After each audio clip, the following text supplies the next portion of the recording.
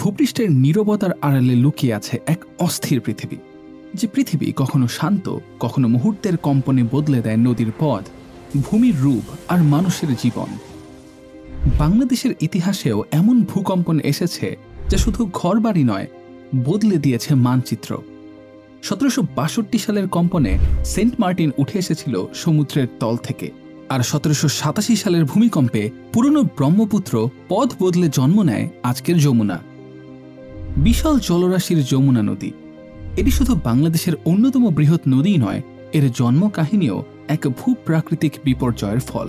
একটিমাত্র ভূমিকম্প কিভাবে একটি নদীর পুরো গতিপথ বদলে দিয়ে জন্ম দিতে পারে আরেকটি নতুন নদীর, সেই বিস্ময়কর ইতিহাস জানব আজ। বর্তমানে আমরা যমুনাকে যেভাবে দেখি, আজ থেকে প্রায় 250 বছর আগে দৃশ্যটা এমন ছিল না। 1762 সালের একটি ভূমিকম্পে প্রথম সরু খালের মতো একটি জলধারা তৈরি হয়, যার নাম ছিল জোনাই খাল।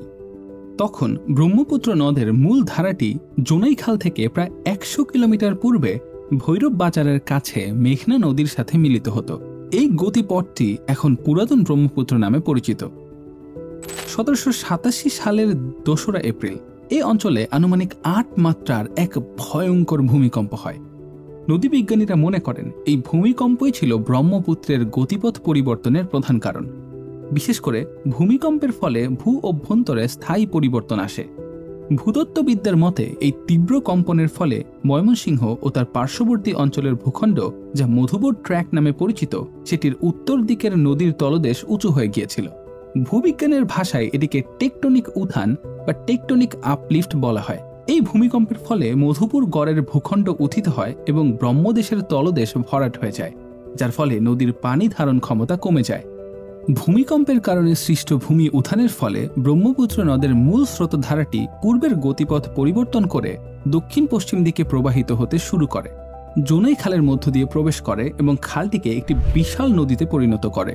এই নতুন এবং বিশাল স্রোতধারাই যমুনা নদী নামে পরিচিতি লাভ করে।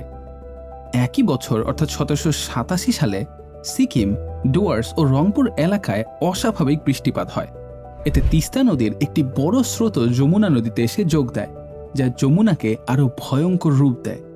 সুতরাং যমুনা নদী কোনো হিমবাহ থেকে সরাসরি উৎপন্ন হয়নি, বরং এটি ব্রহ্মপুত্র নদের গতিপথ পরিবর্তনের ফলে সৃষ্ট একটি নতুন প্রধান ধারা, যা ভূমিকম্পের মতো বড় প্রাকৃতিক দুর্যোগের কারণে গঠিত হয়েছিল।